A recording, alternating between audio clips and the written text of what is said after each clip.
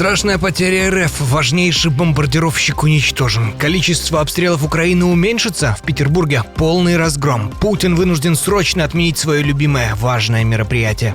Крымскому мосту конец. Обратный отсчет пошел. Это может случиться в любой момент. Презентовано новое супероружие Украины, которое окончательно превратит полуостров в остров.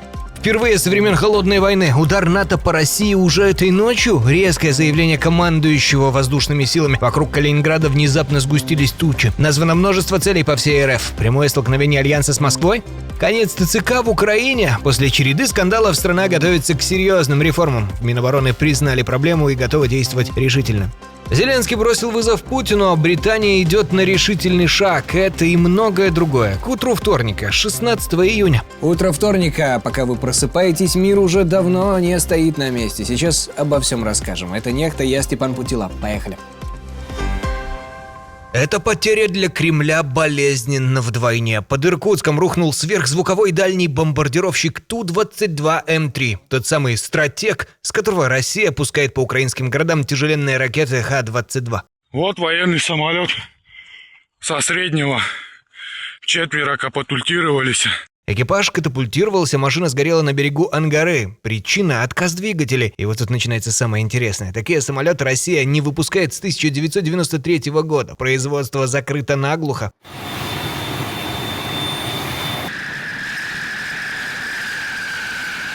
Более того, к ним давно не делают и двигатели, так что построить новый или толком починить старый попросту нечем. Детали снимают с других таких же бортов. На всю страну этих машин осталось около 27-30 в летном состоянии. И за войну Россия потеряла уже каждый 7-й и 10-й. А цена вопроса на один такой борт – это до 70 миллионов долларов. Хотя сам он, по сути, бесценен, потому что заменить его нечем в принципе. И вот эта штука, которой грозили Киеву, взяла и упала сама, без единого выстрела. Минус целый стратегический бомбардировщик из тающего на глазах авиапарка. Иногда враг наказывает себя получше любой ПВО. Это похоже на новое дерзкое политическое убийство прямо в центре Европы, среди бела дня, в польском городе Белоподляска. В 40 километрах от белорусской границы неизвестный в упор расстрелял человека и скрылся. Погибший, по данным СМИ, 44-летний российский художник-карикатурист, сатирик Семен Скрипецкий, годами высмеивший Путина и Кадырова. Он бежал из России в 2021-м, а пару дней назад устраивал акцию посольства РФ в Берлине с картиной, где Сталин выкармливает Путина. Пусть всегда будет Путин. И вот что настораживает: киллера, по данным польских СМИ, привез таксист из Беларуси, которого задержали, где бы вы думали, прямо у белорусского консульства в том же городе. Он якобы не успел перепрыгнуть через забор. Прокуратура подтвердила убийство, но деталей пока нет. Почерк знакомый. Незадолго до этого нанятых Москвой киллеров ловили в Греции и Литве. Кажется, кремлевская охота на неугодных шагнула за границы, на тихие европейские улицы. Полный разгром, да такой, что Путину пришлось отменить собственный главный праздник. В Петербурге второй год подряд тихо хоронят главный военно-морской парад. Тот самый, что вождь с 2017-го лично принимал с катера на Неве, гордо собирая корабли со всех морей.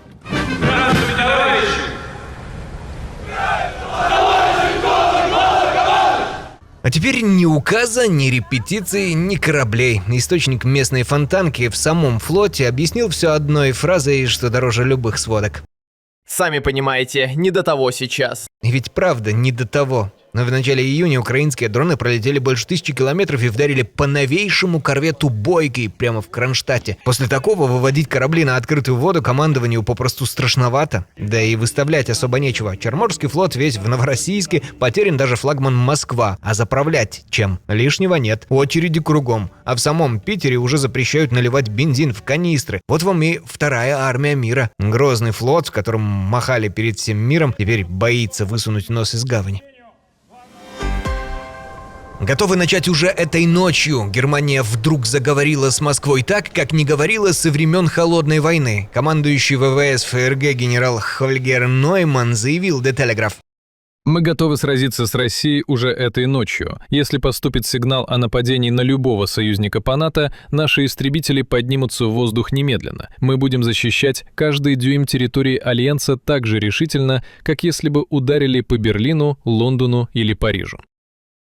Генерал даже не стал темнить и прямо назвал 4 цели на случай войны. Калининград, Петербург, Кольский полуостров и Черное море. То есть и анклав, и колыбель флота, и база ядерных сил. А чтобы в Кремле не обольщались, добавил: удар по крошечной Эстонии вызовет такую же реакцию, как налет на Берлин. 32 страны разом против одной. И самое примечательное здесь, кто это говорит? Германия, что десятилетиями стеснялась лишний раз повысить голос, вдруг примеряет на себя роль главного военного кулака Европы. Германия соскучилась по нацистским эмблемам, нацистским повадкам, которые сейчас проявляет украинская армия. Но, похоже, путинские угрозы добились обратного. Вместо пугливой и сговорчивой Европы Москва получила соседей, которые перестали бояться и сами спокойно перечисляют цели на карте. Новое супероружие Украины, и, кажется, у Крымского моста начинается паника и бессонница. Киев представил тяжелый подводный дрон Sea Trident, то есть морской трезубец, такую беспилотную субмарину, которая несет до тонны взрывчатки и крадется к цели на глубине до 60 метров, оставаясь почти незаметной. Цифры впечатляют: дальность хода до 2000 миль, может бить по стратегическим объектам за сотни километров, доставлять грузы и даже охотиться на чужие подводные дроны. По сути, этот подводный убийца создан специально под крупные морские мишени.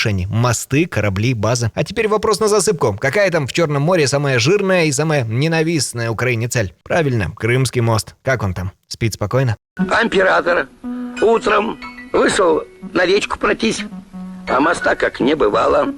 Где же мост? О, нету твоего моста.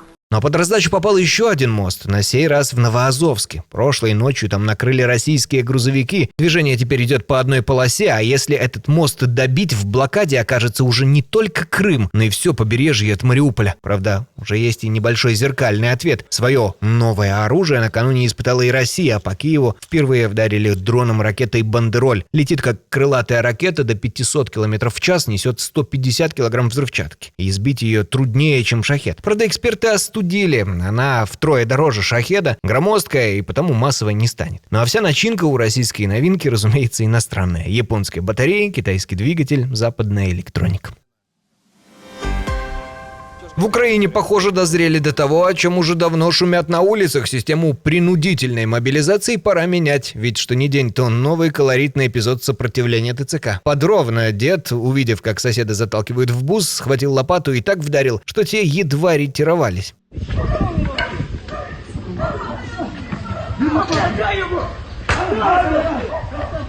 А предприниматель с Винничины устроил протест с душком. Разозлившись, что военкомат забрал его последнего работника, подогнал к дверям ТЦК самосвал и вывалил у входа кучу коровьих потрохов и навоза, за что суд впаял ему штраф в 20 тысяч гривен. Но за курьезами вещи куда серьезнее. На фоне скандалов вокруг ТЦК все чаще всплывают трагедии. На Закарпатье мужчина умер после избиения в военкомате. В Киеве мобилизованный скончался с переломами ребер, а вскрытие, по словам омбудсмена, так и не сделали. Доходит и до прямых стычек. В Киеве толпа отбила у ТЦК 23-летнего парня, которого пытались запаковать.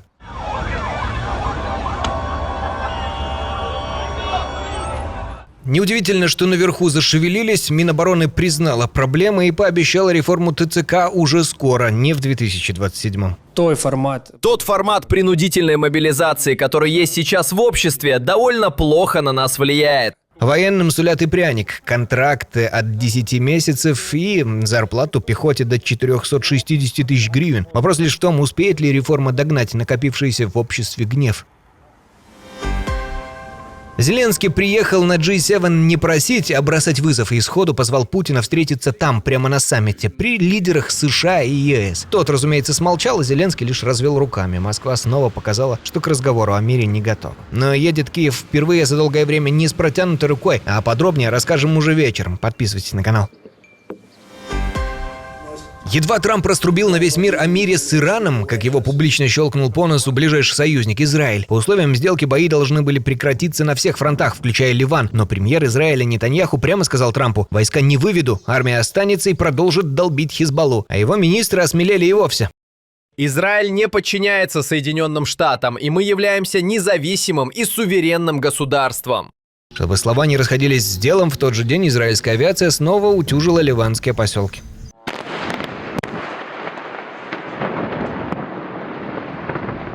Вышло неловко. Трамп с помпой закрывает 2 войны сразу, а его же главный друг посреди торжества разворачивается и заявляет: «Ваша сделка мне не указ». Говорят, Трамп был в такой ярости, что крыл Нетаньяху матом по телефону. Оскорбляет все американские потуги и сам Иран. Америка и сионистский режим никогда не были честны в выполнении своих обязательств. На протяжении десятилетий они привыкли исключительно к разжиганию войны и использованию инструментов запугивания и силы.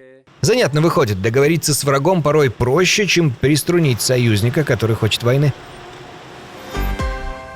Британия решила закрутить гайки тому, на что жалуется едва ли не каждый родитель – детским сидением в телефоне. Премьер Стармер объявил, детям до 16 запретят соцсети и даже игры, где с ребенком может списаться чужой взрослый. Это сделает наших детей более защищенными. Это сделает наших детей счастливее. Британия здесь уже не первая, раньше на такое решилась Австралия, а следом потянулись Дания, Норвегия, Канада. Реакция школьников бесценна. Но остальным вроде бы и нормально, а учителя только рады. Правда, эксперты сомневаются, что запрет реально будет проконтролировать. Дети хитрее любых блокировок, и многие уже ехидничают. Эти школьники еще припомнят Стармеру отнятый телефон, когда дорастут до избирательных участков. Ну а как считаете вы, стоит ли вводить такое в России, Беларуси и Украине? Российские чиновники продолжают радовать всех абсурдом. Глава ЦИК Элла Памфилова на голубом глазу посоветовала россиянам не роптать из-за отключения интернета на выборах. Мол, выбирайте, то ли в сеть зайти, то ли спасенная жизнь. Логика железная. Нет интернета, нет и лишних вопросов к подсчету голосов. Если связь вдруг пропадет, возможно, выручит наш надежный VPN, проверенный помощник как раз для таких случаев. А курскому губернатору Хинштейну подчиненные и вовсе не дают работать. Его уже второй раз публично посылают на совещаниях. То отпись, то... Послушайте, спутник находится в 3 минутах ходьбы от администрации. Пошел, Вова. Обиженный губернатор пообещал жестко разобраться и срочно создал комиссию по этике. Видимо, уважение решено вводить директивой. В тот момент, когда у нас начались доклады, включилась одна из студий, это ваша студия, откуда отчетливо прозвучало слова «пошел вон». Меня, а также жители Курской области, интересует, кому адресовано и кем эти слова были сказаны.